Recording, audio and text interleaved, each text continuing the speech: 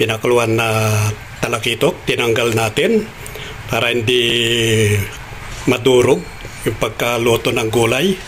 Ayan na siya, kumukulo na. Kung bago lang kayo sa aking YouTube channel, mag-subscribe na muna upang updated kayo. Pindutin ang notification bell.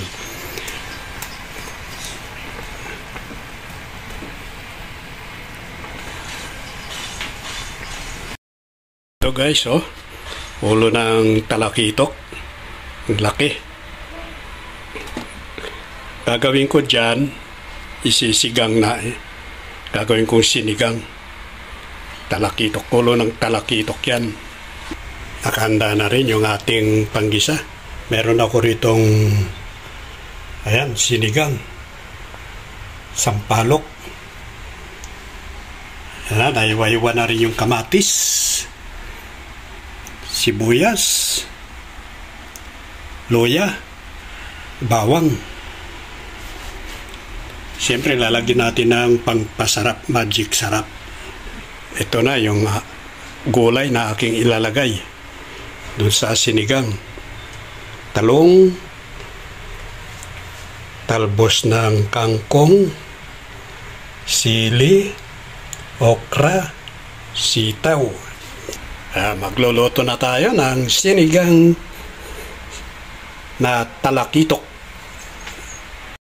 Papainit muna natin yung mantika. Pag-igisa lang natin. Unahin ko yung bawang na igisa.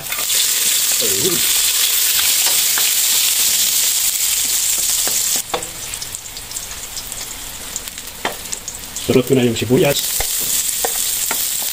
Isunod ang bawang at luya. Kaya na.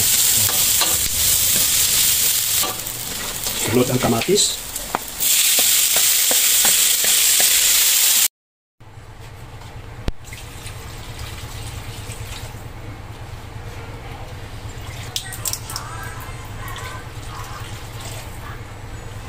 Lalagay na natin sinigang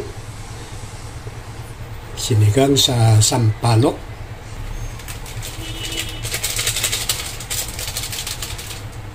Katamtaman lang aking ginamit, hindi yung malaki, kasi pagka yung malaki na sinigang sampalok sobrang asim.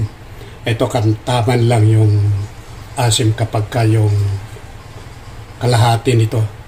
Yung isa 400 grams to 200 grams. Lagay ko na rin yung magic sarap, pampalasa, pampasarap.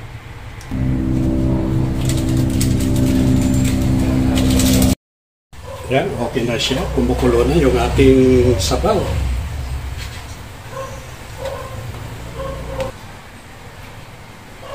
Yan na mga kaibigan. Wow! Galing! Sarap ito. Malaman. Oh. Ha?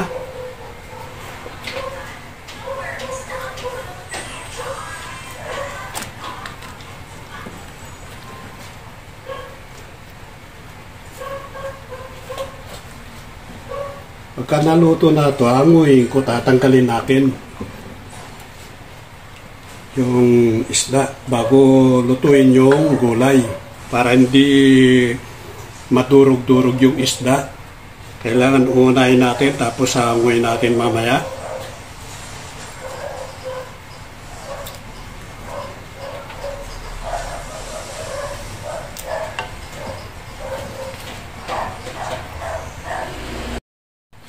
Yan na siya, kumukulo na mga kaibigan, no?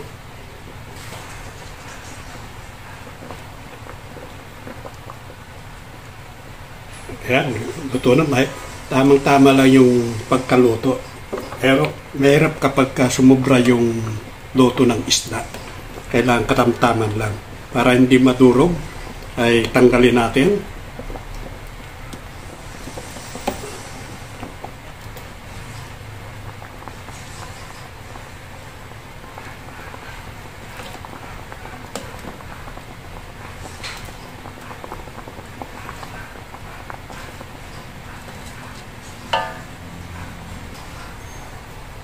Okay, sunod natin yung gulay. Unahin ko yung sitaw.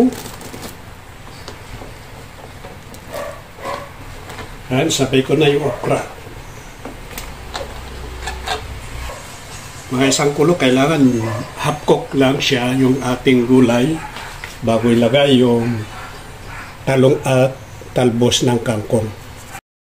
Yan, kumukulo na. Pwede ko na ilagay yung kangkong at saka talong. Lagay ko na yung talong.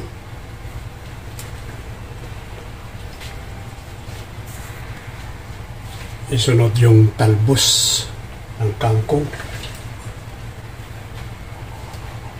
Lagay ko na rin sili.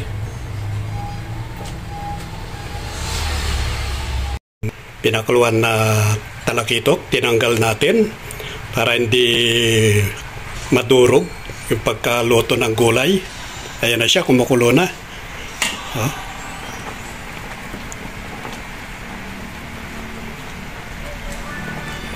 Ito, okay na siya. Luto na ito mga kaibigan.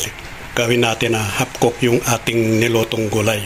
Kaya okay na, approve na yung ating sinigang sa sampalok at talakitok. Ayan na siya. Pwede na tayong kumain. Kung bago lang kayo sa aking YouTube channel, mag-subscribe na muna upang updated kayo. Pindutin ang notification bell.